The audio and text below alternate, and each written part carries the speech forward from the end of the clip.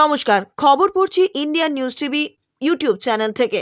প্রথমেই হেডলাইন্স। সবজি আনাজের দামে নাভিশ্বাস মধ্যবিত্তের, রাজ্য জুড়ে মা ক্যান্টিন চালু নির্দেশ দিলেন মুখ্যমন্ত্রী। হুল দিবস উপলক্ষে শুভেচ্ছা জানালেন মুখ্যমন্ত্রী মমতা বন্দ্যোপাধ্যায়। তৃতীয়বার সরকার গঠনের পর মোদির প্রথম মন কি বাত। টিম ইন্ডিয়াকে জয়ের শুভেচ্ছা। দেউলিয়া সরকার বেতন দেওয়ার ভয়ে নিয়োগই করতে পারছে না, বললেন শুভেন্দু। আগামীকাল বিধানসভার বাইরে ধর্ণা হবে, নন্দীগ্রাম থেকে জানিয়ে দিলেন শুভেন্দু বাবু। এবারে আসছি বিস্তারিত খবরে। তার আগে প্রথমেই অনুরোধ করব, আমাদের চ্যানেলটি সাবস্ক্রাইব করুন। প্রথম খবর। সবজি আনাজের দামে নাভিশ্বাস মধ্যবিত্তের, রাজ্য জুড়ে মা ক্যান্টিন চালুর নির্দেশ দিলেন মুখ্যমন্ত্রী। মানুষের চাহিদা বাড়তে থাকায় 2021-22 সালে সংখ্যা এক লাফে বেড়ে দাঁড়ায় 212। এখন রাজ্যে মা ক্যান্টিনের সংখ্যা 330। সেটা আরও বাড়াতে নির্দেশ দিয়েছেন মুখ্যমন্ত্রী মমতা বন্দ্যোপাধ্যায়। নবান্নে এমন নির্দেশ দিয়েছেন তিনি। গরিব মধ্যবিত্ত মানুষজনের মুখে সস্তায় পুষ্টিকর খাবার তুলতেই নির্দেশ দিয়েছেন মুখ্যমন্ত্রী। বাজারে সবজি আনাজের দাম আকাশ ছোঁয়া। গৃহস্থরা বাজারে গিয়ে রীতিমতন ছ্যাঁকা খাচ্ছেন। প্রত্যেকেরই মুখে শোনা যাচ্ছে, উফ কি দাম! এত দাম দিয়ে বাজার করলে সংসার চালাবো কেমন করে? এমন প্রশ্ন গৃহস্থদের মুখে মুখে শোনা গেলেও দাম কিছুতেই যেন কমছে না। এই আবহে মানুষের সাহায্যে এগিয়ে এলেন বাংলার মুখ্যমন্ত্রী মমতা বন্দ্যোপাধ্যায়। 2021 সালে চালু হয়েছিল মা ক্যান্টিন। রাজ্য সরকারের উদ্যোগে এই ক্যান্টিনে মাত্র 5 টাকায় মেলে ডিম ভাত। তাতে বিপুল মানুষের উপকারও হয়েছে। এবার এই সাফল্যকে সামনে রেখেই বাজারে প্রত্যেকটি বাজার এলাকায় মা ক্যান্টিন চালুর নির্দেশ দিয়েছেন স্বয়ং মুখ্যমন্ত্রী মমতা বন্দ্যোপাধ্যায়। সুতরাং খানিকটা চাপমুক্ত হওয়া যাবে।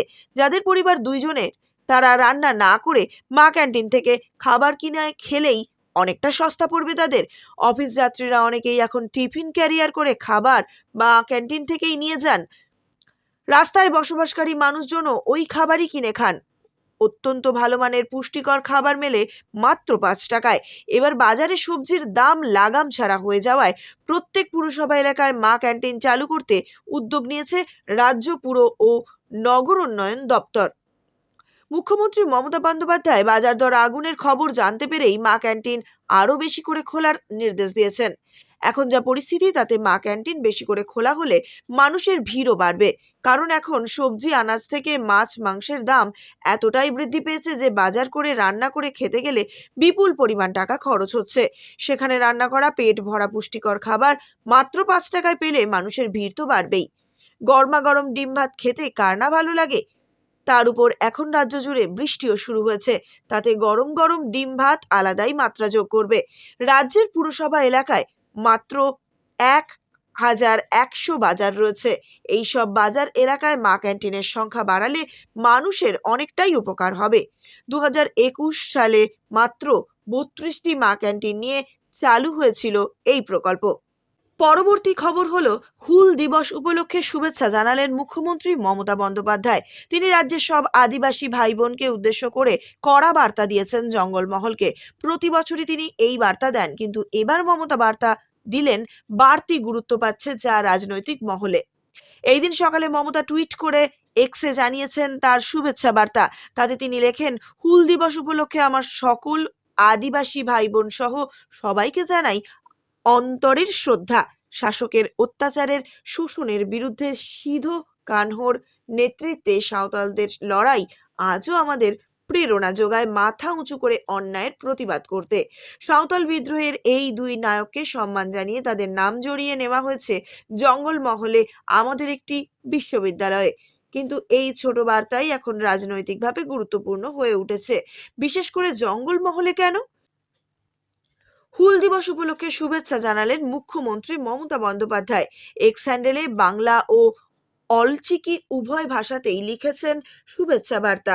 রবিবার এক্স হ্যান্ডেলে তিনি নিজেই লিখেছেন, হুল দিবস উপলক্ষে আমার সকল আদিবাসী ভাই বোন সহ সবাইকে জানাই অন্তরের শ্রদ্ধা। শাসকের অত্যাচার শোষণের বিরুদ্ধে সিধু কানহোর নেতৃত্বে সাঁওতালদের লড়াই আজও আমাদের প্রেরণা যোগায়। সেই সঙ্গে মুখ্যমন্ত্রী মনে করিয়ে দিয়েছেন, সাঁওতাল বিদ্রোহের এই দুই নায়ককে স্মরণ করে তাদের সম্মান জানাতে রাজ্য সরকার জঙ্গলমহলে একটি বিশ্ববিদ্যালয় তৈরি করেছেন। তিনি লেখেন, সাঁওতাল বিদ্রোহের এই দুই নায়ককে সম্মান জানিয়ে তাদের নাম জড়িয়ে নেওয়া হয়েছে জঙ্গলমহলের আমাদের এই বিশ্ববিদ্যালয়ে। সদ্য হয়ে যাওয়া লোকসভা নির্বাচনে গেরুয়া ব্রিগেড যে এই রাজ্যে সংখ্যালঘু ভোটে পাবে না, সেটা সবাই জানতো। হয়েছেও তাই। এমনকি দক্ষিণবঙ্গের বিশেষ করে জঙ্গলমহলের আদিবাসী ভোট ব্যাংকও যে বিজেপি থেকে মুখ ফেরাবে সেটা জানা ছিল, কিন্তু তা বলে বুথ প্রতি 8টা থেকে 10টা ভোট। রাজ্যের সংখ্যালঘু অধ্যুষিত বুথগুলিতে সাধারণত 8 থেকে 10টি করে ভোট পায়, কিন্তু এবারে জঙ্গলমহলের একের পর এক বিধানসভায় দেখা যাচ্ছে একের পর এক বুথে বিজেপি প্রার্থীরা পেয়েছেন 8 থেকে 10টি করে ভোট। এখন সেই ফল সামনে আসার পরে বিজেপির নেতারা নিজেরা স্বীকার করে নিয়েছেন আদিবাসী প্রধান বুথগুলিতে এই রকম ফল হবে তা তাদের কল্পনার বাইরে ছিল। তারা স্বীকার করে নিচ্ছেন জঙ্গলমহলের বুকে দক্ষ আদিবাসী নেতা তৈরি না করতে পারা, সংগঠন গড়ে তুলতে না পারা ব্যর্থতা আর আদিবাসী এলাকায় জনসংযোগে খামতা থেকে যাওয়ার জেরেই এই ফল হয়েছে। তৃতীয়বার সরকার গঠনের পর মোদির প্রথম মন কি বাত টিম ইন্ডিয়াকে জয়ের শুভেচ্ছা।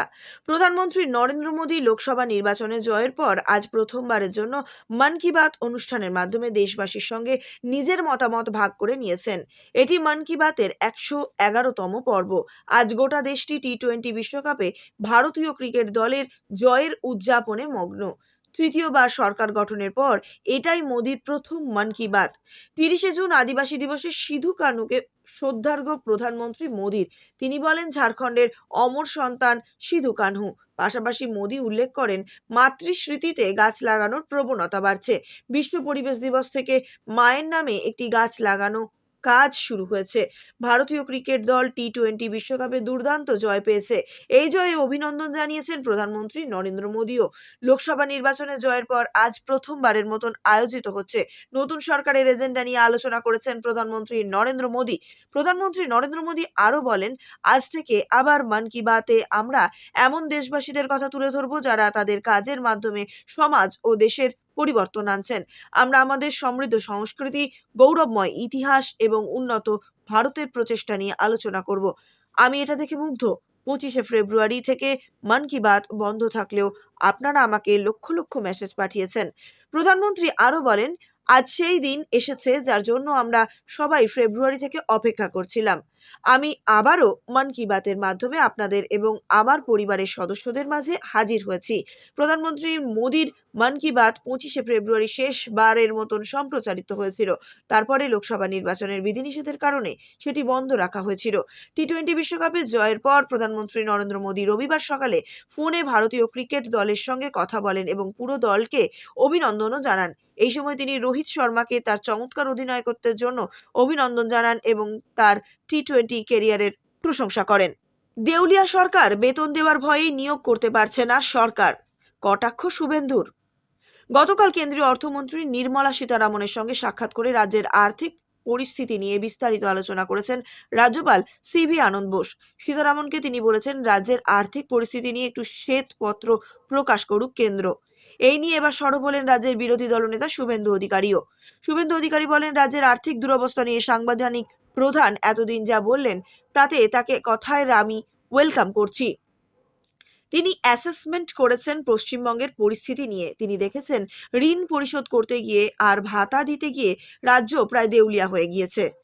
স্বাস্থ্য ব্যবস্থা ভেঙে পড়েছে, ইরিগেশনের বাঁধ সব ভেঙে গিয়েছে, পরিকাঠামোগত উন্নয়ন জিরো, কোথাও রাস্তাঘাট হচ্ছে না, লোডশেডিং ফিরে এসেছে, রাজ্য সরকার ঘুরিয়ে ইলেকট্রিক থেকে স্ট্যাম্প ডিউটি বাড়িয়ে টাকা তোলার কাজ চালিয়েছে। রাজ্যের বেকারত্বের কথা টেনে এনে নন্দীগ্রামে শুভেন্দু বলেন 2 কোটির ওপর বেকারত্ব। মমতা ব্যানার্জি কোনো রিক্রুটমেন্ট করতে পারেননি বেতন দেওয়ার ভয়ে। পেনশনার্স কর্মচারী সরকারি কর্মীদের ক্ষেত্রে কেন্দ্রের হারে মহার্ঘ ভাতা থেকে বঞ্চিত হচ্ছেন তারা। এমনকি পিএফ এর টাকা পিটিশন করেও পাচ্ছেন না এবং এফআরবি এম ঋণ গ্রহণের যে লক্ষ্যমাত্রা সেটাকে অতিক্রম করে ফেলেছে রাজ্য সরকার। একেবারে দেউলিয়া চূড়ান্ত পর্যায়ে গিয়ে ঠেকেছে। তাই রাজ্যপাল তিনি দেরি হলেও ব্যাপারটা অ্যাসেসমেন্ট করে বুঝেছেন। আমি যেহেতু এই রাজ্যের মন্ত্রী ছিলাম, এমপি ছিলাম, এমএলএ ছিলাম, বিভিন্ন সময়ে বিভিন্নভাবে হাঁড়ির খবর আমি জানি। এইরকম চলতে থাকলে আগামী 1 বছরের মধ্যে রাজ্যে হয় বেতন বন্ধ হবে, না হলে লক্ষ্মীর ভান্ডার উঠে যাবে, নইলে হাত তুলে বলতে হবে আমি দেউলিয়া, আমাকে বাঁচাও। সর্বশেষ আমাদের হাতে যে গুরুত্বপূর্ণ খবরটি রয়েছে সেটি হলো আগামীকাল বিধানসভার বাইরে ধর্ণা হবে, নন্দীগ্রাম থেকে জানিয়ে দিলেন শুভেন্দু বাবু। আগামীকাল বিধানসভার বাইরে ধর্ণা করবে বিজেপির সদস্যরা। সাংসদরা জানিয়েছেন নন্দীগ্রামে মন কি বাত অনুষ্ঠানে এসে মন্তব্য করেছেন শুভেন্দু বাবু। নন্দীগ্রামের ভেকুটিয়ার জেলেমারা ৩৭ নম্বর বুথে মন কি বাত অনুষ্ঠানে উপস্থিত ছিলেন রাজ্যের বিরোধী দলনেতা শুভেন্দু অধিকারী। ৩৭ নম্বর বুথের অঞ্চল প্রেসিডেন্টের বাড়িতে মন কি বাত অনুষ্ঠানটি শোনেন তিনি। অনুষ্ঠান শেষে সংবাদ মাধ্যমে তিনি বলেন, কোচবিহারে বিজেপি করার অপরাধে একজন মহিলা বিজেপি কর্মীকে বিব্রস্ত্র করে মারধর করা হয়। শুভেন্দু অধিকারী আরও বলেন, এটা নিয়ে পুরো দেশে নিন্দার ঝড় উঠেছে। যারা মণিপুরে গিয়ে গলা ফাটান তাদের আসল চরিত্র মমতা ব্যানার্জির মুখ থেকে মুখোশ প্রকাশিত হয়েছে। তিনি বলেছেন, আমরা সিবিআই তদন্তের জন্য আইনি লড়াই করব। বিধানসভার বাইরে কাল ধর্ণা প্রদর্শন করবেন তারা। বিভিন্ন জেলাতে উচ্ছেদ অভিযান নিয়ে বললেন মুখ্যমন্ত্রী বলেছেন, কিন্তু নিচের তলায় পৌরসভাগুলি কার্যত দেউলিয়া হয়ে গিয়েছে। পুলিশ আর পৌরসভা টাকা তোলার ব্যবস্থা করছে। কিছু লোককে তুলে সেই জায়গায় রোহিঙ্গাদের এনে বসিয়ে দেবে। ডিএসডি এর প্রয়োজনীয়তা নেই বলেছেন মুখ্যমন্ত্রী। সেই প্রসঙ্গে বলেন, এইগুলি বাম আমলে তৈরি হয়েছিল। এদের উদ্দেশ্য ছিল শিল্প বাণিজ্য ও নগরায়ন করবে। মুখ্যমন্ত্রী 11 সালে এসে এগুলো তুলে দেন। নন্দীগ্রামে 47টা মামলা করেছে। একই লোকের হাতে লেখায় 32টা এফআইআর। পুরো ম্যানুফ্যাকচার করা। এখনের এসপি আইসি মমতার নির্দেশে তাকে খুশি করতে এইগুলো করছে। বিজেপি করার অপরাধে নন্দীগ্রামে বিজেপির মণ্ডল প্রেসিডেন্টকে ইলেকশনের আগের দিন গ্রেপ্তার করা হয়। ধন্যবাদ মমতা পুলিশকে। গ্রেপ্তার করেছিলেন বলেই মানুষ এই জায়গায় 1000 ভোটে লিড দিয়েছে।